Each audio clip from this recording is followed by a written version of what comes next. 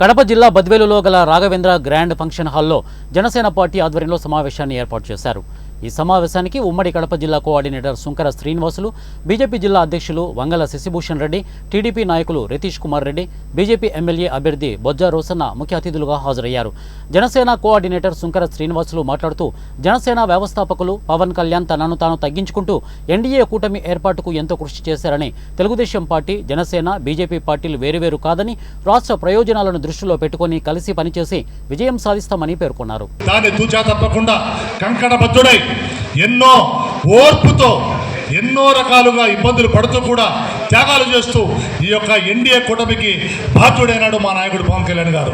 ఆ బాధ్యతని తుదికంటా తీసుకెళ్తూ ఈ ప్రభుత్వాన్ని గద్దె దింపే విధంగా ఆయన రాష్ట్రంలో మొత్తం తిరుగుతూ ప్రజల్లో స్ఫూర్తిని నింపుతూ ప్రజల భవిష్యత్తు కోసం, ప్రజల బాగు కోసం, రాష్ట్ర ప్రయోజనాల కోసం ఖచ్చితంగా ఈ వైసీపీ ప్రభుత్వాన్ని గద్దె తిప్పడం ఖాయం అని తెలియజేస్తున్నాం.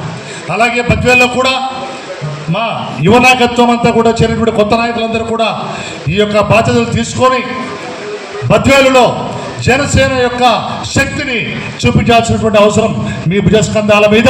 అలాగే ఇక్కడ ఉన్నటువంటి సీనియర్ నాయకులు, గత 10 ఏళ్లుగా పనిచేసే సీనియర్ నాయకులు తుడిమెళ్ల మురళి, బస్సి రమేష్ సమన్వయకర్త, అలాగే నందకిషోర్, అలాగే ఈశ్వర్ రెడ్డి, అలాగే గంగిరెడ్డి, ప్రతి ఒక్కరు కూడా ఎంతోమంది 10 ఏళ్లుగా ఈ యొక్క పార్టీని భుజాలపైన తీసుకొస్తూ వస్తున్నారు.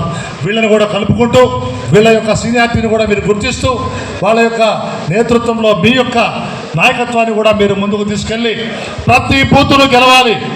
ఇందాక మేడం మన విజయమ్మ గారు చెప్పినట్టు, రితీష్ గారు చెప్పినట్టు ప్రతి బూతులు గెలిస్తేనే మన యొక్క లక్ష్యం నెరవేరుతుంది. మన బూతులన్నింటినీ కూడా సంసిద్ధం చేస్తూ యుద్ధం చేయాలి. ఆ బూతులలో ఆ కురుక్షేత్ర యుద్ధం జరుగుతుంది. ఆ యుద్ధానికి మనం సిద్ధంగా ఉందాం. అన్ని రకాలుగా విషయ పరిజ్ఞానాన్ని పెంచుకుందాం.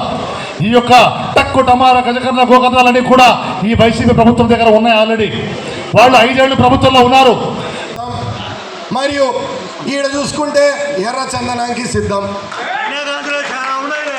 మనం దేనికా మనము ఈరోజు నాడు నేడు అని మాట్లాడుకుందామంటే, ఆనాడు తెలుగుదేశం ప్రభుత్వం ఉన్నప్పుడు రోడ్లు కానీ, ఎల్ఈడి బల్బులు కానీ ఇవన్నీ చేస్తే ఈరోజు వీళ్ళు కబ్జాలు ఇవన్నీ చేస్తున్నారు. ఆనాడు ఏది ఇది జరగలే. పేదవాడికి ఎవరికి ఇబ్బంది లేదు. పేదవాడు కానీ ఎవరైనా కానీ ఎంఆర్ ఆఫీసు, రెవెన్యూ ఆఫీసు కానీ లేకపోతే పోలీస్ స్టేషన్కి గౌరవంగా పోయేవాడు. ఈరోజు ఈ నాయకులు పర్సంటేజీలు లేకపోతే ఆన్లైన్లో మార్చేస్తారు. రైతులు ఆన్లైన్ సమస్యలతో పోతున్నారు. అందుకు ఇందాక అన్నను కోరుతున్నారు, బీజేపీగా మీరు హామీ ఇస్తా అంటున్నారు. అన్నా,